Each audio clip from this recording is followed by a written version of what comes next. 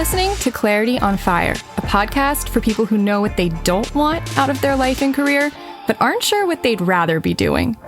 In a world where it's easy to exist, but hard to feel alive, we, Kristen and Rachel, two certified life and career coaches, are here to help you cut through the information overload, get unstuck, and focus not just on how you can have a career you're passionate about, but how to create a whole life that feels fulfilling.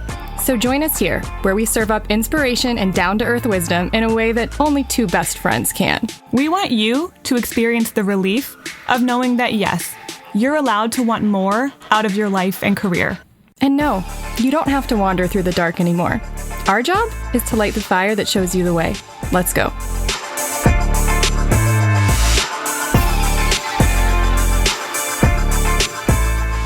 Hi. Hello. Wow, it's been a little while, huh? It's been 7 months since they heard from us. A while. Hi. We're back. Obviously, you don't need me to tell you that. I haven't podcasted in like 6 months. Let's see, at the time we're recording this, let's see if I remember how to do this. I know. Feeling a little rusty today. Do I know how to talk? Yes. I haven't forgotten that. Is the microphone working? I think so. Check. I tested that too. I did kind of go, wait, is this the right setting? It's amazing how quickly you forget things. I know. It's true. And Scarlett's outside the door right now because she hears us talking and she's like, what are you guys doing in she's there? like, she just growled a little bit because she's like annoyed that we're in here without her. Anyway, okay. Well, also, Happy New Year. A little belated, but Happy New Year. Happy New Year. It counts if it's January. Sure. So this episode is going to be naught but an update. There's not going to be anything of value said in this. That's not true. I'm sure we'll say valuable things because we often do. But I'm not intending for this to have any, I don't know, this impact. is our most coachy episode. No. This is more of a, here's what's been going on for the past 6 to 7 months. And it's going to be interesting. I'm going to tell you that right now. It is a very significant update, but that's all you're getting is an update. Well, and then at the end, we might talk a little bit about coaching because just FYI, this is important for those of you who maybe have been wanting to work with us one-on-one, but you're like, are you guys even working with people right now? Are you taking on clients one-on-one? I'm going to make it very easy for you right now by saying, yes, as of right now, like today, we are actually doing a coaching enrollment period where we are taking on a handful of new clients. So if you would like to work with us one-on-one, now is the time, and we will circle back to that at the end. But okay. Well, do you want to start? Yeah. I think we should do Rachel updates, Kristen updates, and then anything relevant. Okay.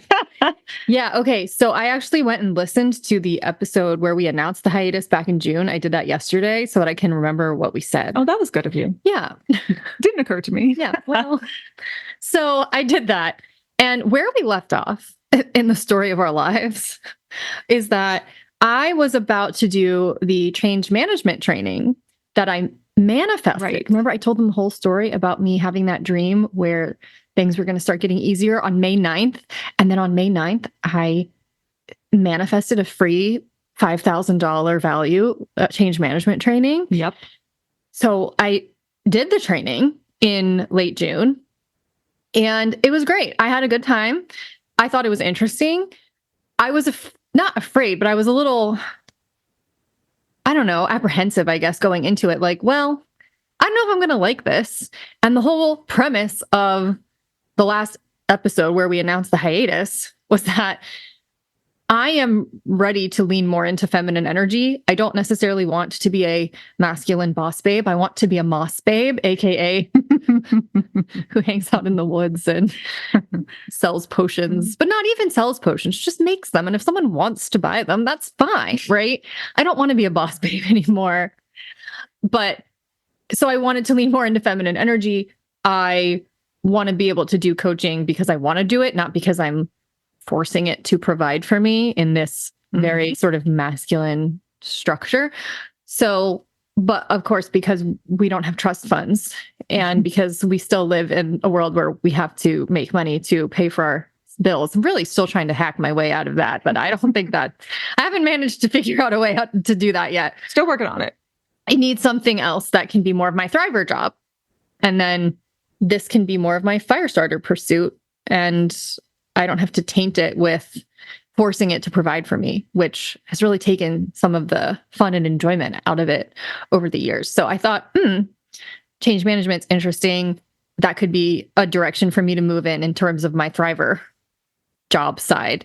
And I was apprehensive because I was like, well, what if I end up not liking it? And then I'm like, well, then I'm back at square one and I have no idea what to do. Not that I couldn't guide myself through that, because I've guided a million people through that before. So like, I kind of know what to do when you don't know what to do, but it would have been convenient if I liked it, or at least enjoyed it, or at least could see myself doing it, which, good news, I could. I did it. And I was like, I could totally do this. But also, way to walk the talk, right? This is what we tell people all the time is sometimes you have to try something and not be sure if you're going to like it, but just give it a shot and get more clarity through taking one next action step. And you did. And then trust that no matter what happens, you're going to be guided toward the next step after that. If I ended up hating it, or it felt like I can't do this, I have no interest in doing this, okay, then something else would appear. Yep. But thankfully that is not what happened. I did it and I was like, I can totally see myself doing this.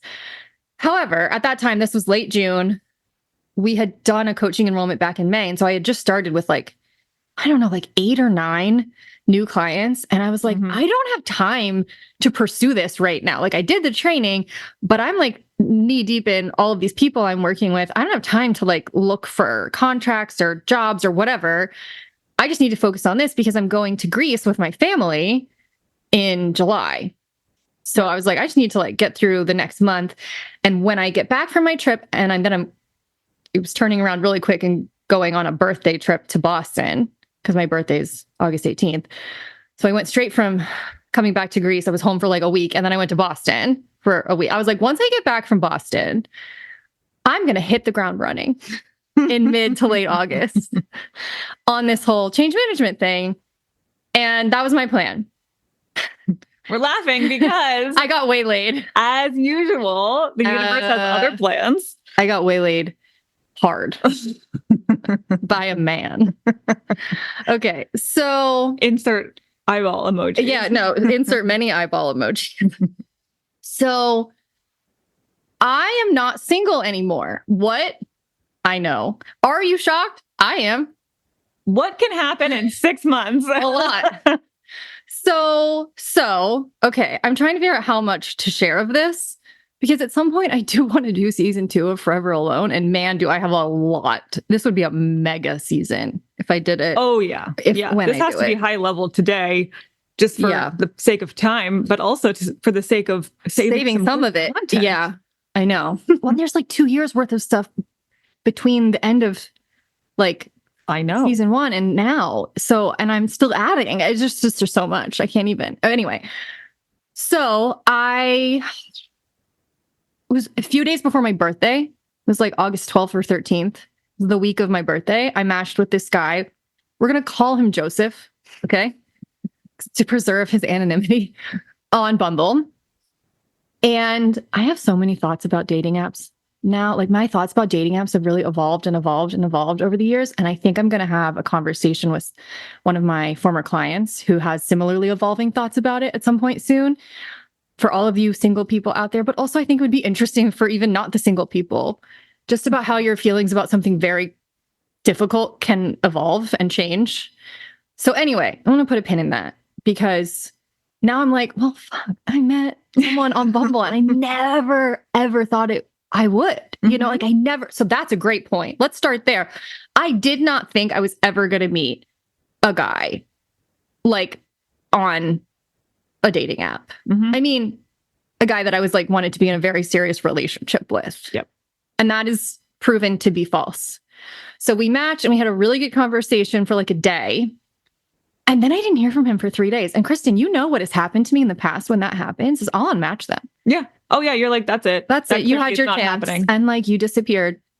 And he surprised me because 3 days later, okay, I surprised myself, I guess, because I didn't unmatch him. And I don't think I did it on purpose. I was just like... Weren't you traveling then? Well, yeah, I was about to travel. Yeah. And I was just kind of like... Probably whatever. distracted. I was just like, whatever, like I didn't even bother. I didn't even think about it. I just was like, I let it go because I was like, this happens. Like you have a really nice conversation with someone and then you never hear from them again. Like I have had that experience on Bumble before and it's a bummer, but I'm not like so up in arms about it that I have to be like, you don't get to talk to me ever again. Bye. I just was like, whatever. And then he surprised me because 3 days later, he comes back out of nowhere and is like, did you make it to Boston? And then he goes, wait, you're not leaving until tomorrow. I could have scrolled up. He's like, this is an open book test and I failed it because you told me that like 3 days ago. And I was like, okay, well, that's nice. Like he remembered that I was going to Boston and he also made fun of himself. Right. And we were, then I asked him, are you headed to Prague? Because he was going on vacation the same day I was going on vacation. He was headed to Europe and I was headed to Boston. But basically, we texted back and forth on Bumble like every day. So I know there was that 3 days where I didn't hear from him. From the time that he texted me that random Wednesday or night or whatever, I actually waited till Thursday morning to respond because I wasn't thirsty. You know what I mean? Of course. Like, no. You don't go 72 hours without talking to me and then you get me to respond to you 5 minutes later. Immediate response. No, I waited till the next morning and then I responded and was like, sure. Yeah, I'm headed to Boston now. Are you headed to Prague? Yeah, whatever. Since that day, I have talked to him. There's not a single day that's gone by that I have not communicated with him. So he, there was that random 3 days, which he did tell me he would be traveling a lot for work in those 3 days to prepare for going out of the country. So like, it wasn't even a surprise. Maybe that's why I didn't unmatch him was because he did kind of warn me, but it wasn't like, it was just kind of like a casual offhand comment. It wasn't like he was like, I really enjoyed this conversation and I just want you to know that I would like to talk, but I might not be available for 3 days. It was not like that. Well, and you'd only had one conversation, so it didn't need to be like that. Maybe not, but...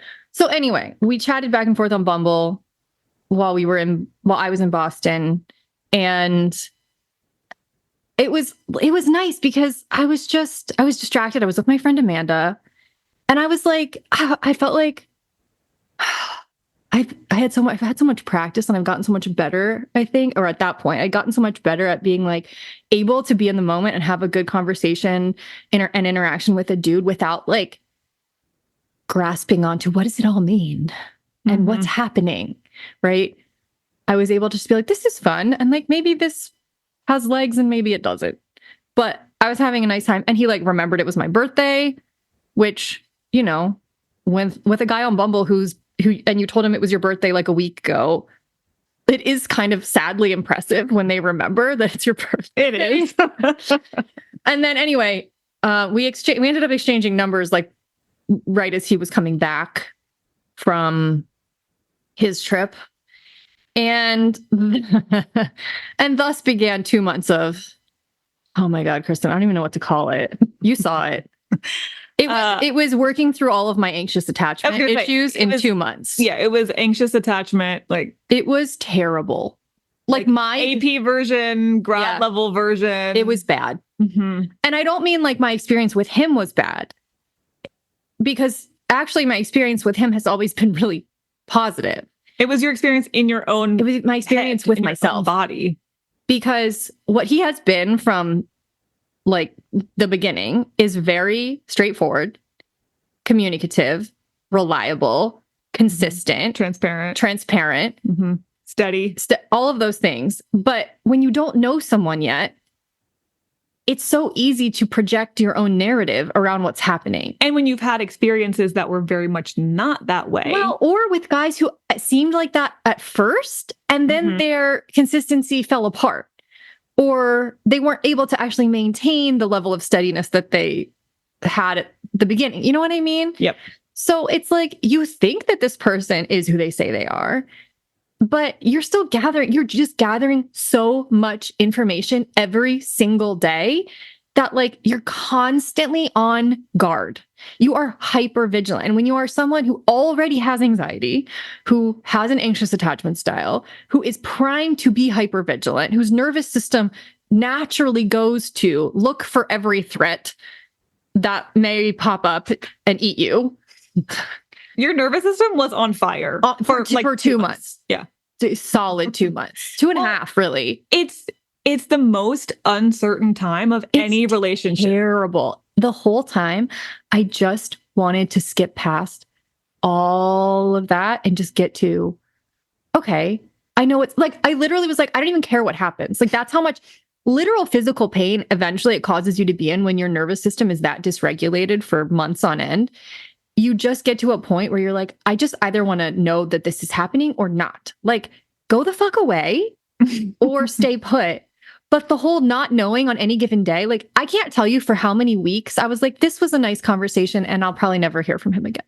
Mm-hmm. And then more often than not, he initiated. And let me tell you, I let him, because as someone who values feminine energy and as someone who has an anxious attachment style, it was really, really important to me that it not even be 50-50 in terms of like me reaching out to him and initiating conversation.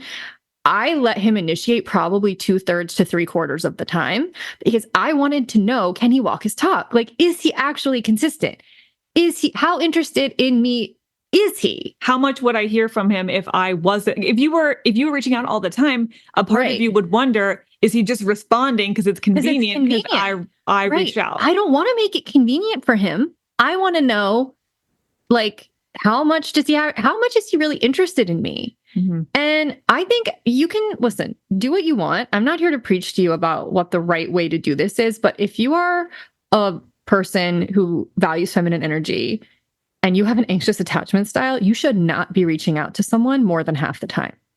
Ever, because you're never going to know how reliable they are and how consistent they are and how much they'll show up for you. And so I let him come to me more than I came to him. He didn't notice. Let me tell you. I've asked him some of these questions now. I would like to have him on the podcast.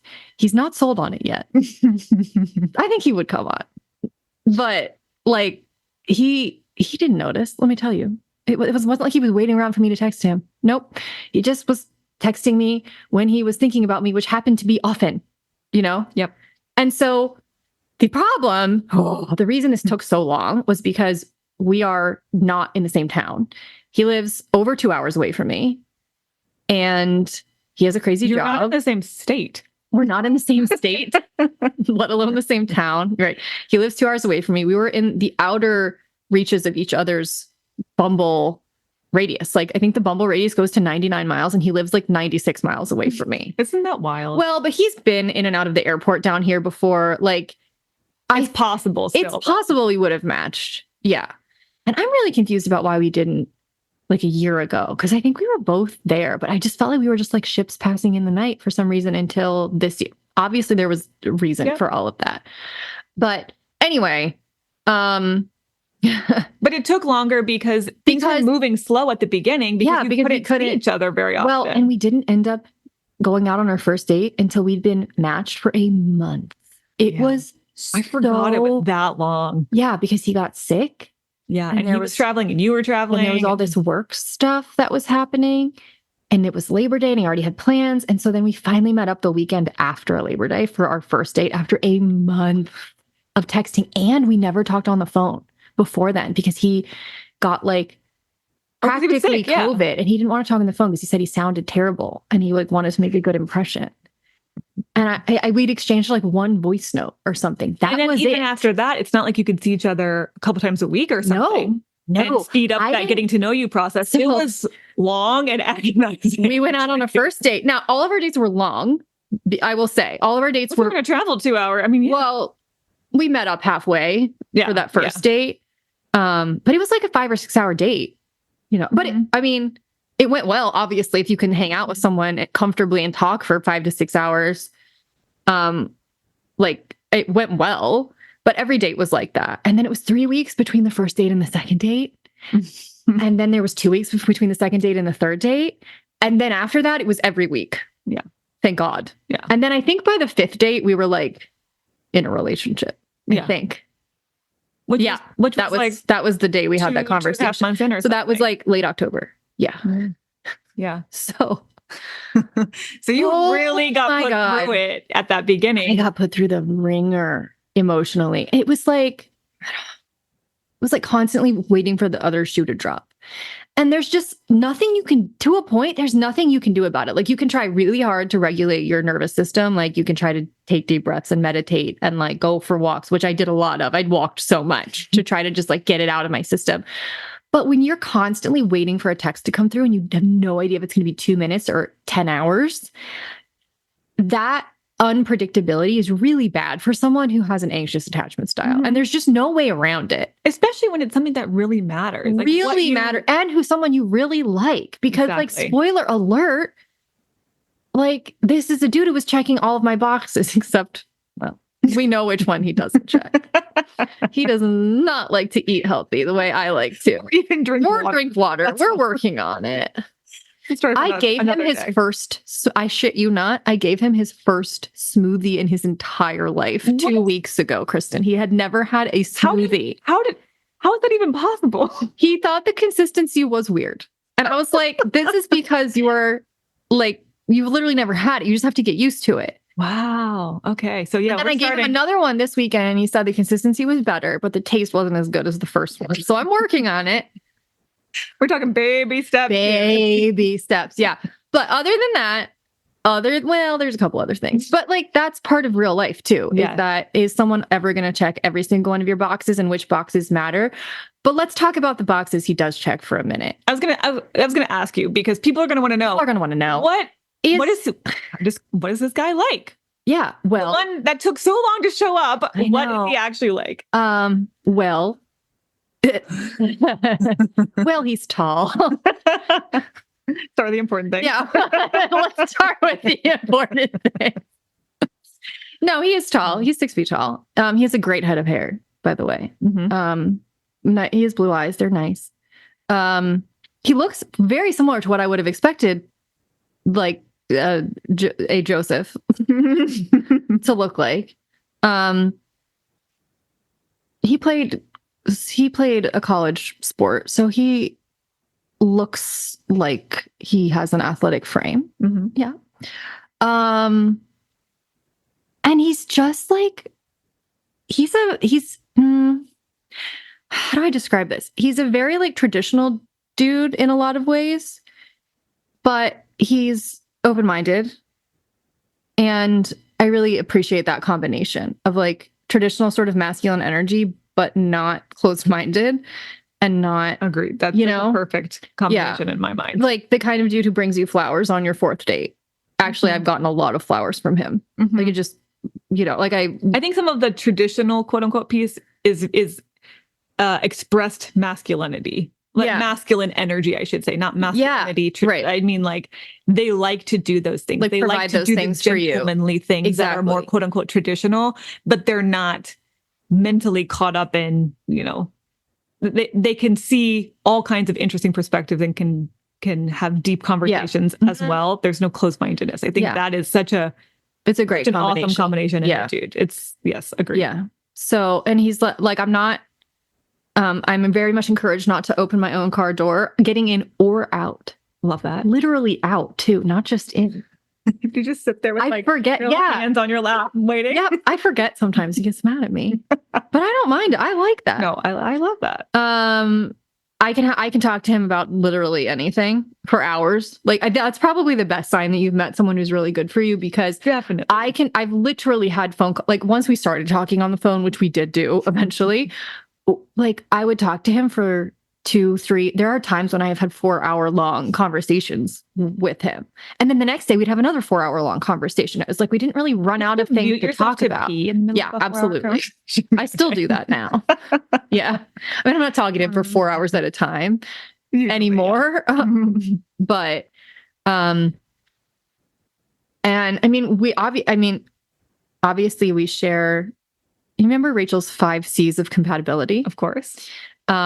Character traits, that's like personality stuff. So he's an introvert, I'm an introvert. He can't stand crowds of people. I can't stand crowds of people. Like, we would both rather be home watching a show. I haven't met him yet as of the time we're recording. But he is a bit of a curmudgeon in a young hot man's body. Exactly. That's what I was going to say. It's perfect. It's very Nick Miller, from New Girl. That's the vibe I get. But like a more mature, Nick Miller. Mm-hmm. It's very that, which is, I could never with an extrovert. I would be so exhausted. And so would he. That's one thing that we have we don't always go for the same type of guy, but that's one thing that we definitely have in common is the old man in a young man's body. Mhm. Love it. Love It's it. great. Yeah, it's great. Character traits, help me remember chemistry. Like, do you have physical chemistry? Mhm. Yeah. I mean, because I wasn't going to settle for someone I didn't find attractive. Yep. Obviously. Chronology. Yes. So like, are you on the same timeline? Do you want, not only do you want the same things, but do you want them at a similar rate? Yep. And I think one of the things I really appreciate about Joseph is that he was very upfront in a way that most guys aren't about like, here's what I'm looking for from the very first conversation. And so was I. And he was like, I've gotten in trouble, quote unquote, before with women on the apps for being like interviewing them basically for being like, well, what are you looking for? And what's your 5-year vision for your life? And what do you want? And I'm like, but that's such a waste of time not to do that because you need to know if you're on the same page. And we were like, agreed. I was like, I've gotten in trouble for doing the same thing. And so crap that other guys have given me shit for and vice versa. Like we were appreciative of in each other, which is a huge green flag. Yep. And so core values, that's another C. I mean, I don't think I need to get into every one of those, but yeah, but like keeps checking all the boxes. But like those big conversations, like the things that people avoid, he and I just talked about like at very, very early on, like how many kids do you want? When do you want to have kids? Like I told him too, my vision for my career too, because I was like, I have a business, but I don't like my goal if I have kids is to be mostly a stay-at-home mom. And like he was like, good, glad to know that because there are some guys who might not be okay with that or might not be able to afford that. And so like he was like, okay, like that wasn't a deal breaker for him when I told him that. I'm like, I would be happy to do my business sort of like on the side and maybe have a part-time income, but I am not going to have a full-time job and have kids. Like that's a deal breaker for me. He was like, cool, like that kind of stuff. And so, yeah, there's just also he's very dry and he has a very good dry sense of humor. Which is important. Yeah. I'm not gullible at all. Like he has pulled stuff over on me more than maybe anybody that's impressive I've ever met. I know he can. Oh God, I can't. When I meet him, I'm going to, don't tell him how gullible I am. You'll believe every single thing he says because his delivery is so serious. Just deadpan. Yeah. Yeah. I'm going to for sure fall for every single one of them. He has gotten me good a couple of times, like scared me with how like serious of a delivery it was. That's very impressive. Yeah. So, and I don't, that's fine. Make me laugh. And he can make fun of himself. And he cares about healing generational trauma. We've talked about that. Breaking the cycle, like breaking the cycle of generational trauma. Yes. Yeah. So just, and you're at the point where you've met his family. He's met your family. I went to Thanksgiving and I met his whole family at Thanksgiving. Not his whole family, but almost his whole family. And then 5 days ago, he met this was not the plan. So my grandfather passed away 2 weeks ago, as of today that we're recording this, early in December. And he was on the decline for a long time. He was ready to go. I mean, it's sad, but it's not tragic when someone that old passes away because they've had a life and they were ready. He was struggling without your grandma too. Yeah, he wasn't happy anymore. And so in a way, I'm glad it when it happened very quickly and very peacefully. And then he was gone. And the day that his funeral ended up being was the day that I almost called him by his real name. Joseph was supposed to meet my parents. And so he was like, still did meet them. He did. He came to the funeral, which is kind of a move when you've been officially with someone for 6 weeks and you show up at their grandfather's funeral and meet their parents before, but shows a serious level of commitment. He told my aunt, who showed up with it, she was my dad's sister, came to the funeral, which was sweet. It's not her side of the family, but he hung out with my aunt while I was with my mom and dad.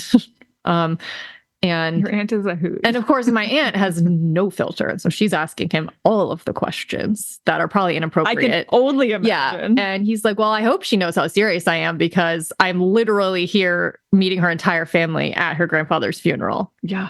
So like, I don't know how else to send the message besides that. So, and we've also like gone on a little weekend trip.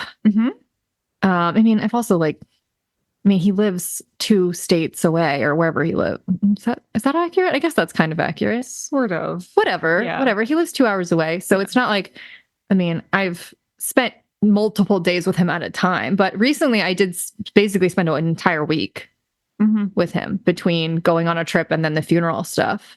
And I didn't get sick of him and he didn't get sick of me. So yeah, I mean, what started out very slow and painstaking at the beginning, like did pick up a lot of momentum. And now my anxious attachment has calmed down a lot. It got a lot easier once it was like, oh, you actually want to be in a relationship with me? Great. Cool. And we know kind of what the expectations are. And right. You had that conversation of, like, what does it mean to be in a relationship? And like, how often are we going to see each other? And I think he actually appreciated it, though it never would have occurred to him to ask, like, define what a relationship means to you. Because do you know how many people are in a relationship? They have different ideas of what that probably means. Also, this is what it's like to be in a relationship with a coach. Absolutely. By the way. You're going to talk about everything like that, you know? Let's talk about our definitions of a relationship. But total coachy thing. And you know what? But I got a good answer out of him. Exactly. Right? And he said, well, because he'd never thought about it. So I made him define, like, what does a relationship mean to you? Like, and he said, well, I guess it's just a trial for marriage.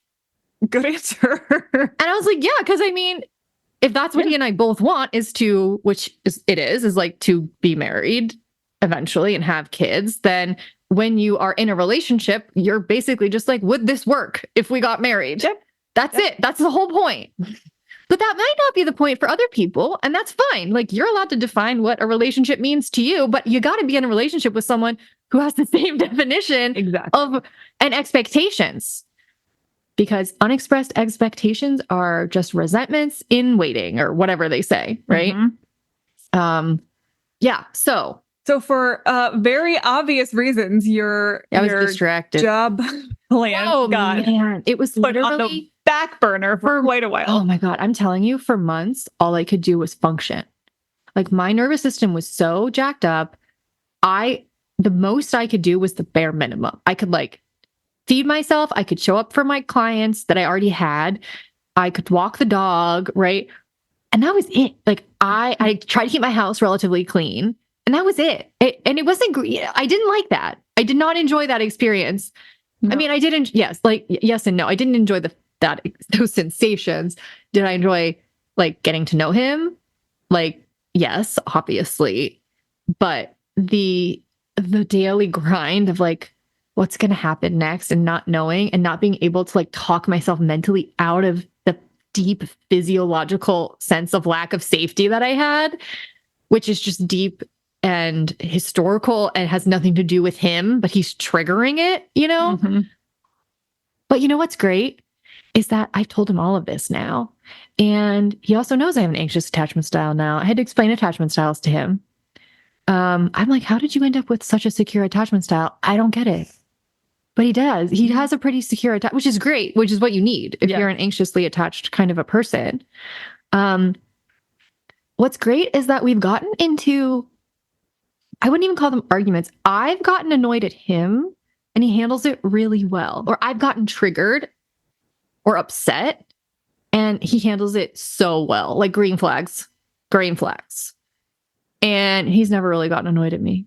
And he actually told me recently, like, you've never annoyed me. And I was like, that's impossible. I'm annoying. But he says that, I mean, I'm like, that's not going to last. Like, at some point I am going to sincerely annoy you, but like, I'm glad it hasn't happened yet, which means you have a high tolerance because I should have annoyed you by now. Yeah, that's great. But you know what? That's who I always imagined you as somebody who was just like very steady. Yeah. And not flustered by a lot. Unflappable. Which is funny because until other people annoy like a really high bar. Other people annoy the shit out of him. Is that funny? But that's the best dynamic, is that when someone is easily annoyed by everyone but you and you're special. Oh, for a Leo, that's like catnip, right? It's like you hate everyone, but you love me. I'll take that. Like to be the favored person of the Leo curmudgeon and an Enneagram type 4. Yeah. Oh, yeah. That's like your perfect balance. The curmudgeon's favorite person, the exception to the curmudgeon's rule. Why do you love Pride and Prejudice so much? Exactly. It's great. I love it. He's like, I don't like talking to people, but he'll talk to me for 4 hours. Are you kidding? Give me more of that, right? Satisfying. It's great. It's very satisfying. And he also spent a really long time single. So I think part of the reason why he doesn't get annoyed with me as often as I think he probably deserves to is that like he's grateful to have found someone who he is like, serious about. Yeah. And like, because he's a dude and he's steady and he has a secure attachment style and he's not as emotional as I am, like he just doesn't get flustered by stuff. He's just like, I'm just glad I found you. I'm like, that's great. I am too, but also I'm annoyed. I can do two things at once. Both I am. Yeah. So, wow. Okay. I know, right? That was I don't know, unexpected, but also expected at the same time. It's like, it feels like it was just always building to that. Yeah. But and I guess the question was always when is it going to show up? I know. And you want to know what? Maybe this is like the last, like the bow I'll tie on this. Well, I don't know. It's ongoing. So whatever. The bow I'll tie on this today. Yeah. Is that I haven't had a lot of moments where I was like giddy. And where I was like, oh my God, I got what I wanted. Yeah. Like this thing that I've been waiting for forever actually came. You would think that I felt like I won the Super Bowl every day. And I don't. And but I don't think there's anything wrong with that reaction. Like it's not the reaction I expected, but it feels just normal. It feels like, duh. And I think that's partially because that's what happens when you're really compatible with someone is it just feels like, well, that's just how this is just life now. Yeah. But also, I don't know. I think that part of healing an anxious attachment style is like, oh, that giddiness is anxiety. Like the giddiness that I've experienced with guys who were not right for me was fear, I think, and anxiety and like being dysregulated. And I think that when you start to heal, you don't have the same intense reactions sometimes. And then I think people can mistake that for like, oh, I'm not that into this person or they're boring. And thankfully I didn't do that. Like, I don't actually want to feel that intense giddiness because I don't actually clock it anymore as like a good feeling. I clock it as like a kind of an unsafe feeling. It is anxiety that we just call giddiness. Call excitement or call whatever, but it's the same experience to your nervous system. Yeah. Like I want to experience happiness and I want to, which I do. And gratitude and comfort, but not... And like safety and warmth and security. Yeah. But all of those things to me are like, that's what I feel. And that's what I prefer to feel now. Plus, I think when a part of you just knows you just, and not to say we all have doubts, but there's a part of you that knows this is an experience that I am going to have. Then when it shows up, even if it took a lot longer than you would have wanted, it just feels like reality finally caught up to where you were at anyway. It's like, I know this is coming. I know this is going to happen. It's just, can real life just hurry up and catch up with where my brain is and where my intuition is?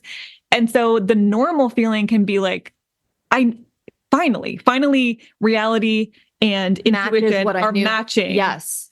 And that made me feel gaslit for a long time because I intuited his arrival, I guess you could say, for years really.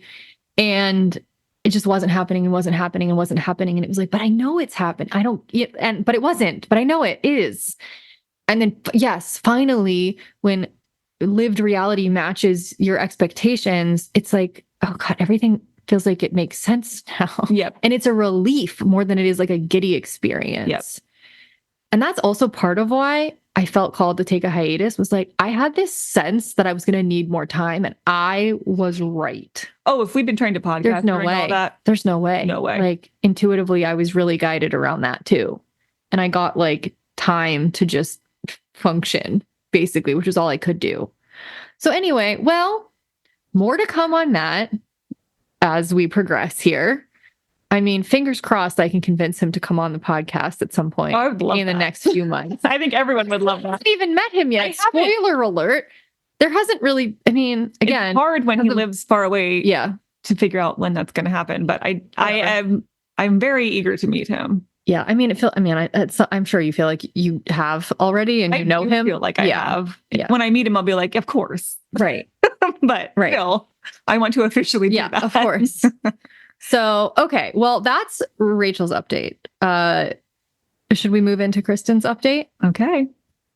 So I'm going to start with a little bit of sad news, but we're not going to stay here for very long because I don't want to start crying. You might. I might anyway. But some of you know that I have 2 dogs.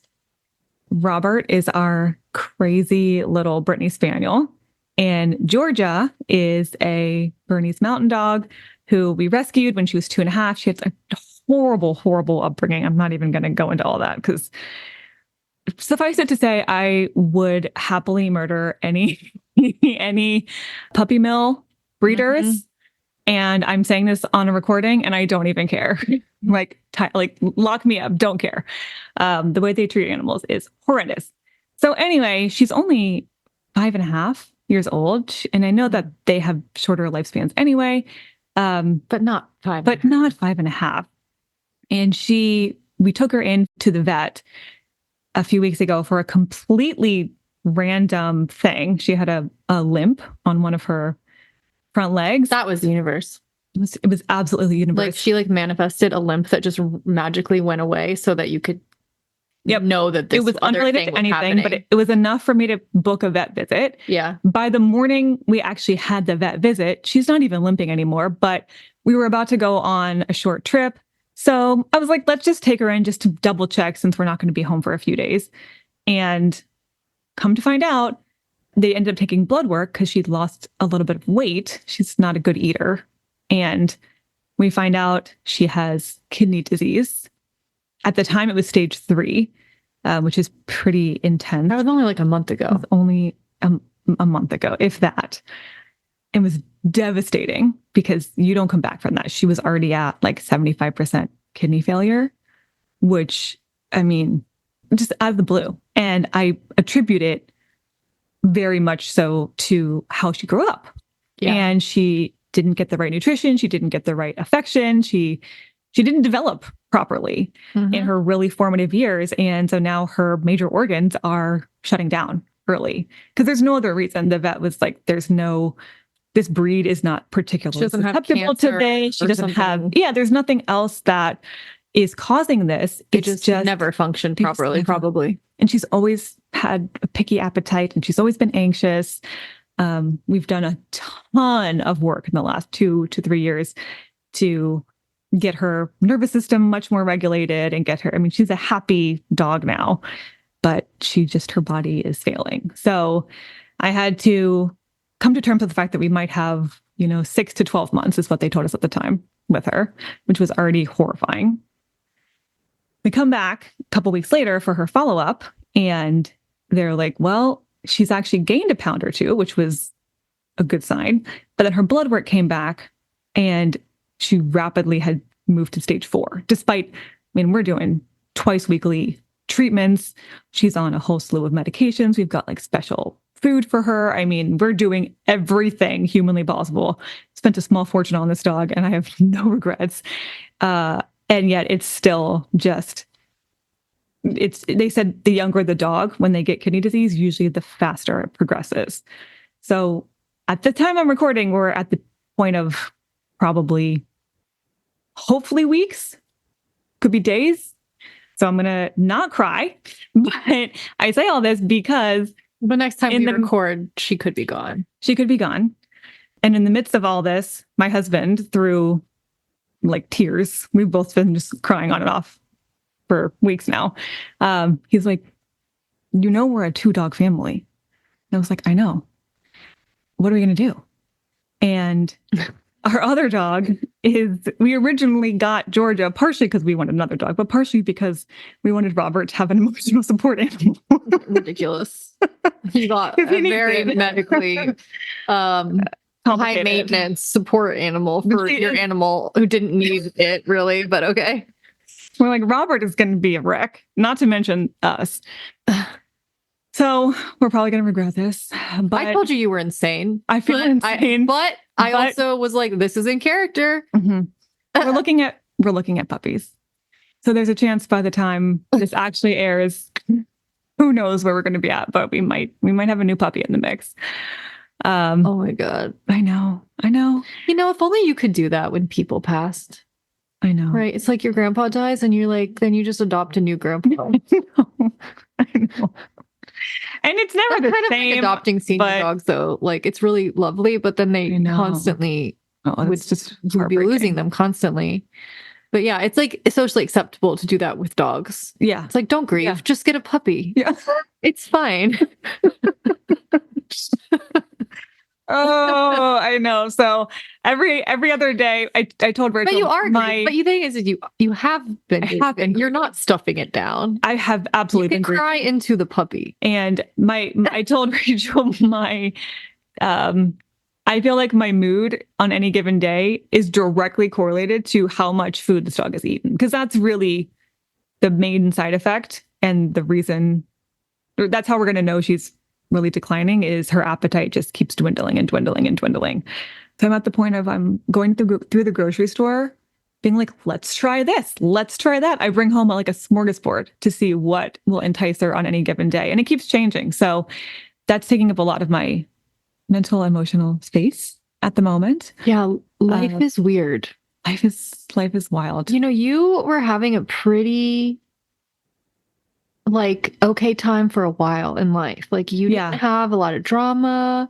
Yeah. The biggest issue you had for like a couple years was like you got overwhelmed sometimes. And then you got diagnosed with ADHD and you started taking medicine and that got easier. Like, truly, you were like problem free on like a major level for a long time. And it was like always comes exactly. And it will get easier again. And it will be smooth and maybe boring at some point again. Yep. But like, this is like one of those times. It's just, I don't know. I've been reflecting a lot on like, this is how life goes, is it goes in these weird cycles where all of a sudden like shit hits the fan. Yep. Or all of a sudden something like really good happens. And it's weird that you and I are having like these like kind of intense experiences on like different ends of the spectrum at the same time. But also exactly as I would. Yeah, I know. I know. There's a Rachel rhythm to things. And it doesn't always make sense in the moment, but it always makes sense in retrospect. So, that's been very emotionally exhausting and consuming lately. And a puppy, if and when we do get one, is going to be emotionally exhausting and consuming in a different way. Yeah. So that might become a part of my updates periodically. What's going on that front. And on just like a personal level. That wouldn't have been the update you thought you were going to give like 2 months ago or something. Like not even close. Not even close. We've only had her for almost 3 years. Not even. Yeah. By the time this comes out, we'll have had her just over 3 years. That is a heartbreakingly small amount of time to have with a dog. Yeah. So yeah, that's just where we're at, just life throws you. And she's like the sweetest, happiest dog you would never know. That's what's so hard about it. Well, in a way, it's good that she's like, she's happy. Gonna be she has happy no idea. Till her last day. She's just a little nauseous and a little tired, but like happy, tail wagging all the time. That's good. So she's not suffering. Okay, she's not suffering. You're suffering, but exactly. She's not. And in a way, it's really, really hard to watch this decline. But it's like you said, I'm getting to grieve while I'm saying goodbye. So it's not the shock of, oh my God, something completely out of the blue, and then bam, she's gone. Yeah, that would be really hard in a different way. So I am grateful that I get to like really say goodbye. Yeah. So I won't continue on that front because I already feel the tears kind of trying to come up. That's okay. I think some of you, if you know, I think I've been kind of updating along the way, but if I'm just looking back on 2023, it was the year of crazy travel for me. I mean, you went everywhere. Went everywhere. So some of you will remember that I mentioned my husband and I went to London and Scotland back in the spring. We went to Napa Valley, actually like the whole California coast, and then Paris in June in the summer, probably right before we stopped podcasting. Mm-hmm. I had gone on those trips. And then since we podcasted, we also went to Hawaii and this is a lot. California again. This is a lot because of his work. Mostly because of his work. I love his job. Yeah, because you get to go on a lot of trips that you don't really have to pay for. Exactly. Usually we just pay for my flights. And everything else. His flights and all the accommodations and most of the food is paid for by his company. It's incredible. I love his job more than he loves his job, I think. Well, and that's because you don't have to do it. He actually really loves his job. He tells me all the time, he's like, do you feel like I am your greatest success story as a coaching client? As a career coaching client? Maybe. Because also you get to go on all the trips. So I would say, yeah. I do get good perks from his success story. But it's true. I mean, you cannot imagine the conversations we had over the last 6 years we've been together when he started out really unhappy doing the line of work he was in, and it was boring, and he was so ready to get into what he knew in his heart he was meant to do, but just nobody would give him a shot. And eventually he was like, I'm going to take my own shot. And so he started his own business, and that was, as Rachel and I know, a little bit, it was successful, but also unpredictable. Yeah. And that was enough to get him an opportunity at this company he's at now. And he could not be happier. So he's like, you coached me into really making this happen. And like massive gratitude. I was like, well, there's perks to being married to a career coach. There should always be perks to being with whoever you're with, or else why are you with them? You know what I mean? Exactly. And then here I'm getting travel perks, not to mention, I like him pretty well too. So we've been traveling all over the place, which has been incredible. That wasn't even a full list of all the places you went. That was not a full list. I mean, you went to Texas multiple times too. Yes. And didn't you go to Colorado at one point? And to Colorado. Or Utah at one point. And Utah. We're going back to Arizona? Utah between now and when this airs. Yes, we went to Arizona. Yep. Yeah.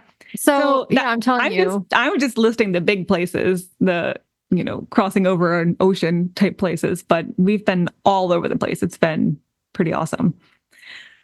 Yeah, and speaking of businesses, my big update is, because I am completely insane, I have started another business that is completely unrelated to coaching. It has absolutely nothing to do with coaching in any way, shape, or form. Nope. And this idea started brewing probably a year ago. I think it was the very beginning of January 2023 that this idea kind of downloaded into my brain.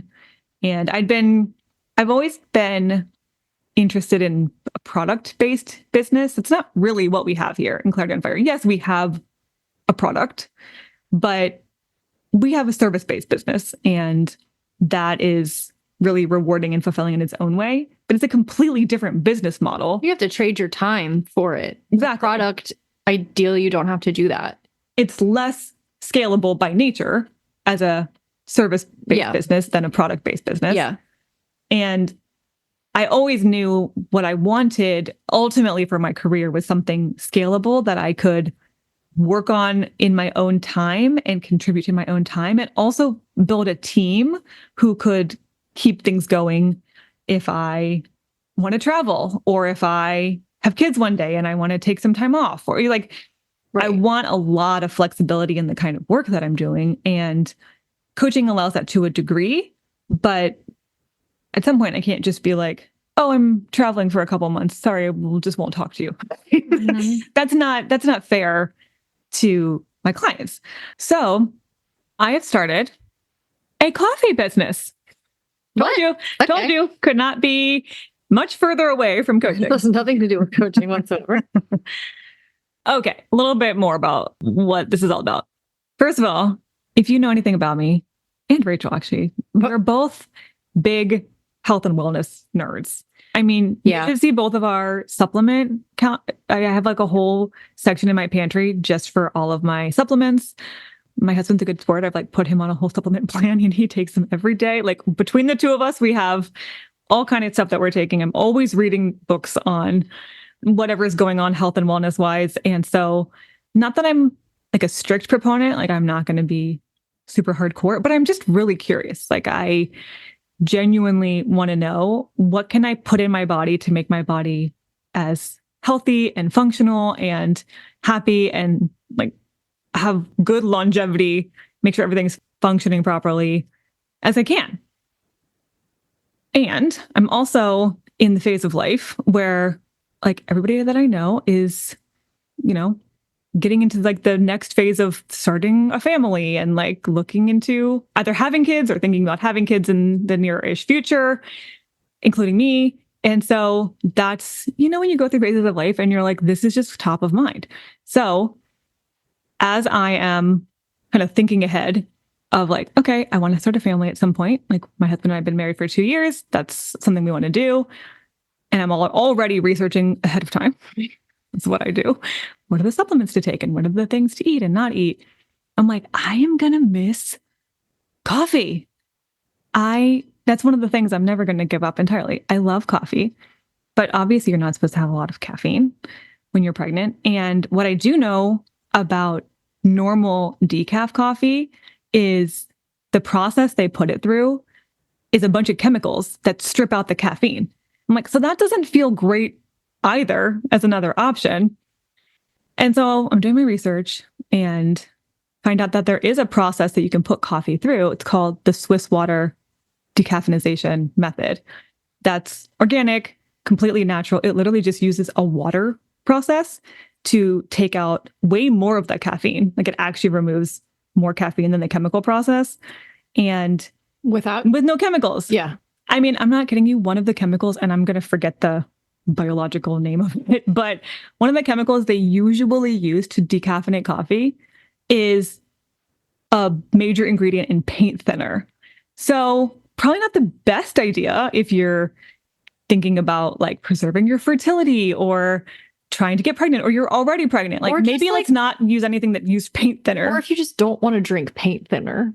Exactly. At any phase of life. If you just want decaf coffee, I mean, this is for anybody. But I'm marketing it to the audience of women who want to get pregnant or are pregnant because that's just the most relatable to them. Like anybody who wants clean decaf coffee, obviously, or even half calf. Like I have a half calf version that I'm just now sourcing, where the decaf half of it still has the really clean process, and both sides are organic, because that's important to me too. So that's like the major first product that I'm doing. So for any of you who that applies to, or you're curious, the business is called White Stork Coffee. And you can follow us on Instagram. I actually have an Instagram. I'm trying. I mean, don't expect a lot. But I'm trying. Expect more of that than you expect of at Clarity on Fire. I do have some help on the Instagram front because I'm just not great at it, but I'm learning. I am learning. I'm doing some of the stuff like completely on my own and some with a little bit of help. So at White Stork Coffee Co. We'll link to that in the show notes. Mm-hmm. And a new product that I am making myself for now, and then once I perfect it, I'm gonna source that out and have it made, elsewhere, because at some point you can't make fit so much in your own space. Is a fertility spice blend to put in your coffee.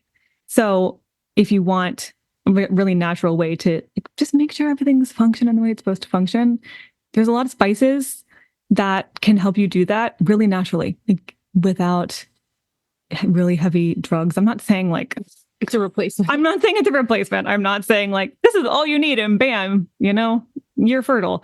But I'm saying like you want to support that. You want to support your fertility for now or later. There's really natural ways that you can do that. And I have done a ton of research into this, and I made a little spice blend that you can put in your coffee. I've also been putting it on like peanut butter banana toast in the morning. Really good. Or overnight oats in the mornings. You could put it good on all of these things. Put it in a smoothie. It's tastes mostly like cinnamon, but it has 5 other ingredients too, in addition to cinnamon. And for Clarity on Fire people, because I love you guys, and you're kind of the first people I'm sharing this with outside of my immediate circle.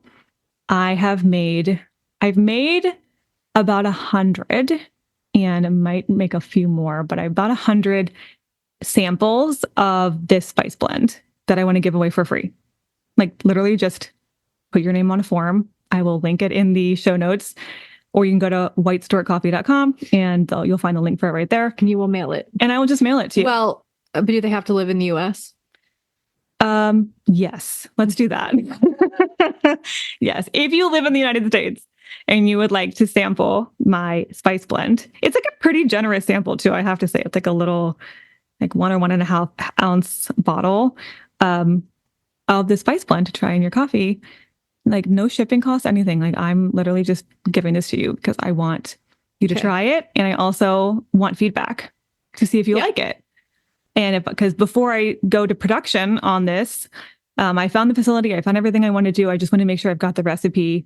I know I like it, and a few people who have tried it like it, but I want to make sure a bigger audience likes it. So you can try my spice blend for free.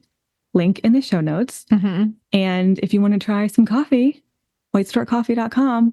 Or if you just want to follow me on Instagram. Is it whitestorkcoffee.com? It is whitestorkcoffee.com. Not whitestorkcoffeeco.com. Correct. That'd be weird, I guess. Yeah, I wanted to get White Stork Coffee as my Instagram someone else handle. Had it on Instagram, which is so dumb, and they weren't even using it. I tried to ask them for it. Might eventually have to bribe them with money. That's fine. We'll get there. But in the meantime, we are at White Stork Coffee Co. on Instagram. Okay. Well, it is. So at the very least, give me a follow. I would appreciate that. Yep. And if you're curious and you want to try some coffee, I would love to hit you up. I have you'll see on my website, you can get 25% off your first bag. So oh, nice. Amanda, my friend who I was in Boston with when I was talking to Joseph, and who was on the podcast right before we went on hiatus, was our last normal person interview before we went on hiatus. She loves White Stork Coffee. She does, and she's not looking to get pregnant. She just likes it. She's had her kids, but she wanted some decaf coffee that was really clean decaf coffee, and she tried it and loved it, and sent me a little testimonial on Instagram. So yes, it doesn't have to be just if you are focused on having a baby or if you're currently pregnant, but especially if you're somebody who at some point maybe wants to have kids and you just want to be smart about how much caffeine you're intaking and how you're supporting your kind of fertility hormones and all of that. And it's a lot of hormone balancing. So honestly, there's a lot of women who do not have super balanced hormones. So that's even a lot of what trying to have kids. Exactly. So you'll see that's the messaging that I'm sharing, just because it's helpful to speak to a certain group of people. But honestly, I think anyone can drink decaf coffee. Anyone can drink decaf coffee. Anyone can have spices. Yeah, anyone can have spices, and especially women who have hormones. Yeah. You just want like nice, healthy balance of your hormones. This is helpful.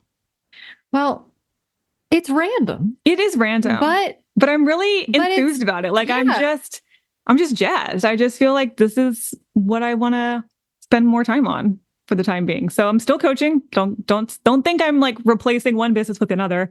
I'm doing both because again, I'm insane. And maybe getting a puppy. I don't know. Very full life right now. See what happens. This is your ADHD in action. But you know what? I'm learning to embrace it and enjoy it and not try to like force myself in boxes. So and not also be like, this has to be my thing forever. Exactly. It's like your thing for now. Yeah. And I don't know how long it's. Everything is our thing for now. Always. Yeah. So yeah. Well, check it out. yeah. So links in the show notes. And if you don't have show notes, because I feel like sometimes depending on what platform you're listening to, it might be hard to like check out the show notes. Just go to clarityonfire.com and go to the podcast tab. And if you're listening to this anytime around when it comes out, it'll be one of the most, if not the most recent episode on that page. And then you can just find all the links there on our site. Yep. And if you're interested in the spice blend, the totally free spice blend sample or any of the coffee or anything, just go to whitestorecoffee.com. You'll find out everything there. Or go to my Instagram. There's other places you can go if finding the show notes is too tricky for you. Exactly. Well, I don't know. I feel like that, this plus me, trying to get into change management, which I am still trying to do, by the way. I just got waylaid. You've been circling back. I'm circling back to it. I'm getting back around to it now that my nervous system is more regulated. It's a hard time of year, though. Like, as we're recording this, it's the holiday season, and like no one wants to look at job opportunities and no one wants to hire you. I think a lot of what you're submitting now you might start hearing back after the first of the year. So we'll see, but planting seeds. Yeah. I've been planting a fair number of seeds in the last month, trying to have conversations with different people and networking, which I hate, but I'll do if I have to, But anyway, I just feel like you and I are doing a good job of walking our talk when it comes to, you don't have to care about just one thing. Your career can be random.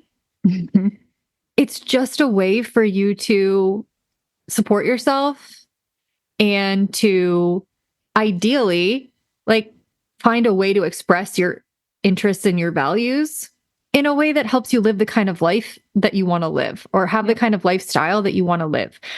One of the questions that we harped on a lot about last year was, and I don't know if I phrased it this way last year, but I'm just going to phrase it how it's occurring to me right now, is what do I want my career to do for me? Right? Instead of asking myself, what do I want to do? Terrible question. Because often what you want to do doesn't necessarily, or what you might think you want to do, doesn't align super well with the kind of lifestyle that you want to live and the kind of the reason that you're working in the first place. And for example, Kristen, you just told me about a certain person we both know who shall remain nameless, who's trying to get their career off the ground as a young person and thinks that they want to start a winery. They know nothing about wine. This week, they want to start a winery. Let's talk in 2 weeks. We'll see where we're at. They know nothing about wine. They've probably been to 2 wineries ever in their life. They have no idea how much money it costs to start a winery. They don't know how saturated the marketplace is. They don't know what the profit margins are. They don't even know what a profit margin is. You know what I mean? They don't know anything. But that's this week what they want to do. But they're not thinking about, well, what is it that I'm trying to achieve with this idea?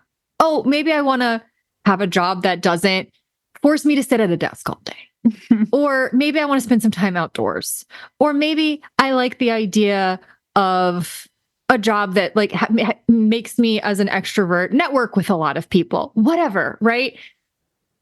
That doesn't necessarily have to show up in the absolutely ludicrous form of thinking that you should start a winery at 22 years old. We're not saying starting a winery is a ludicrous idea. We're saying for this individual at this stage of life, ludicrous idea.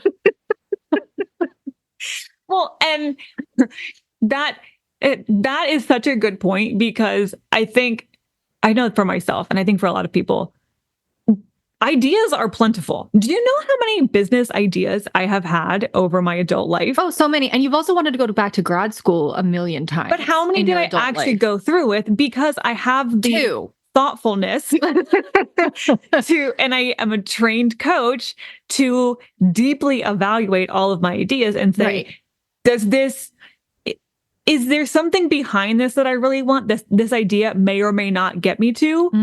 And if so, let's get to the heart of this. What do I really want? And is this idea really the best way to get there? The fact that I'm going through with this coffee business idea means it has gone through a very rigorous internal and external evaluation process to say, not only is this a route to what I want, but it's the route that I want to take to what I want right now. And I'm excited about it and it's checking all the boxes. So move ahead. But I mean, how many ideas have I come to you with, Rachel? How many ideas have I not come to anyone with? How many ideas have you absolutely started and gone down the path of and then not followed through on because you said... quickly realized that's not actually what I want? Yeah. Many. So many. So the fact that we're here tells you, this is a much better fit for what I really want, but it takes a while to get there, and it takes a lot of self-honesty and self-evaluation. Well, and the ability to even be honest with yourself, which is hard to do in a vacuum. Like, it's hard to do on your own. Yes. Without outside observers or help or the right questions being asked. Now, unfortunately, this person is getting the right questions. They're just 22 and not listening. So, what are you going to do? Most of us have been 22 before. You can't talk to them sometimes. It is what it is. Whatever. But I'm assuming a lot of you listening are older than that and maybe a little wiser than that, but might be in a similar-ish boat where you think you have an idea of what you want, but you don't know if you're actually going to waste a ton of time pursuing that thing. Maybe you have 5 million ideas of what you want and you can't decide. Maybe you have absolutely no idea. That would be okay too. Maybe you think you don't actually care and you're like, I just want to be happy, but I don't know how to be that. I would be happy to help you work on any and all of those things, which is what we do. Yes, what we do for other people and what I hope we're demonstrating today, we do for ourselves. Yeah. It's important to us to not just talk a good game, but to live that out. And like Rachel said, when it comes to, she was talking about this in terms of compatibility, but this is really, in my mind, living as a coach who's in integrity is living according to core values. And so we really value building a life that suits who you are. And that includes your work, but it is not completely isolated to your work. And so that is what we help people do. That's what we do for ourselves. And it's what we help other people do is say, how does my career support the rest of my life, support what my core values are, support what I want to express, what I want to learn? And how do I have that continue through all aspects of my life, inside my career and outside my career? So you might come to coaching mostly with a career question, but I think if you've listened to this podcast for more than 5 seconds, it's a life question. We're going to get into all of it. Yeah, we have to, because as you guys witnessed, what happened when I got what I wanted? I went nuts. My body hijacked me and I barely functioned for 2 months. And that was me getting what I wanted. Right? That happens to people. So a lot of you guys think, because I was one of these people, like I was like that with my career. I was kind of like that when it came to relationships. Thankfully, I wizened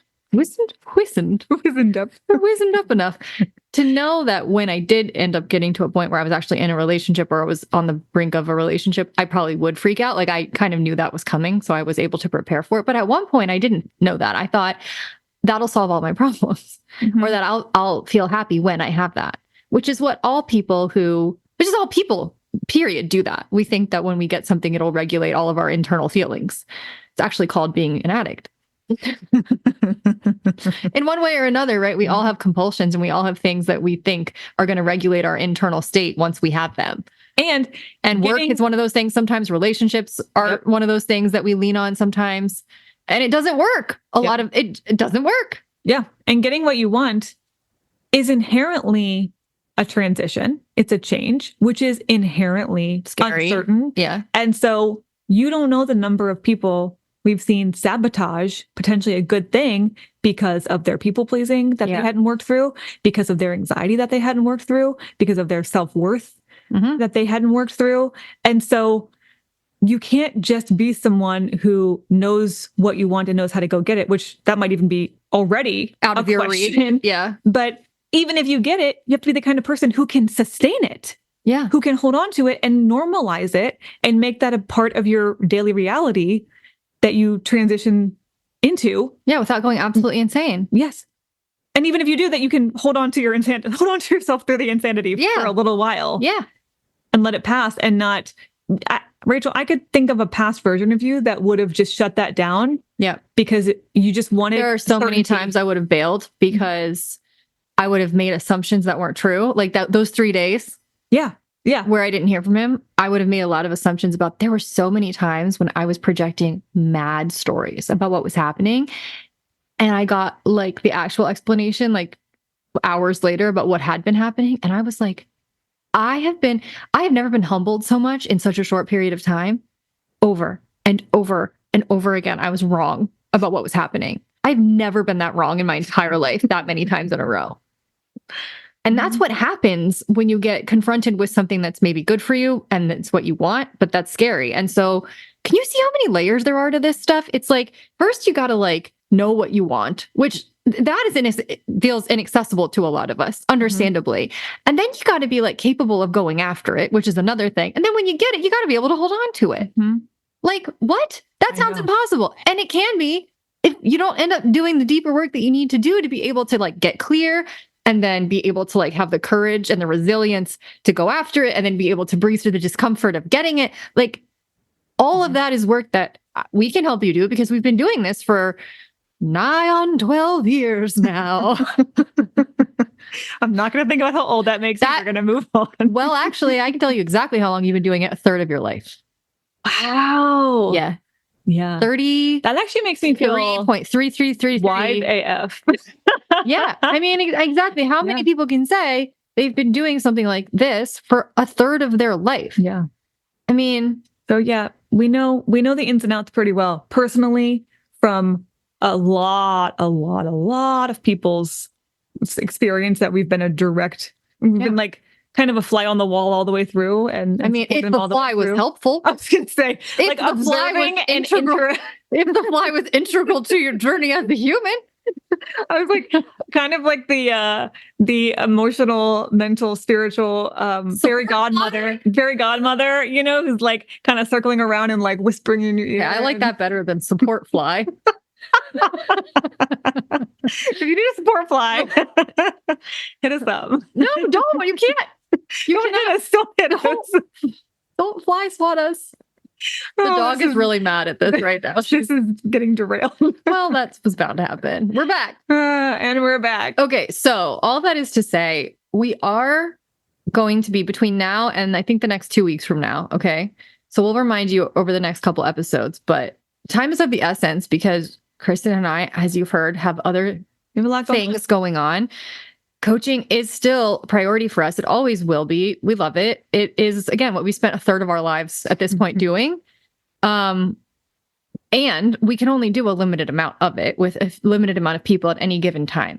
So we do have space right now, each of us, but a handful of people, like max 10 probably-ish, would you say? I think, yeah, it's probably definitely fair. Not more.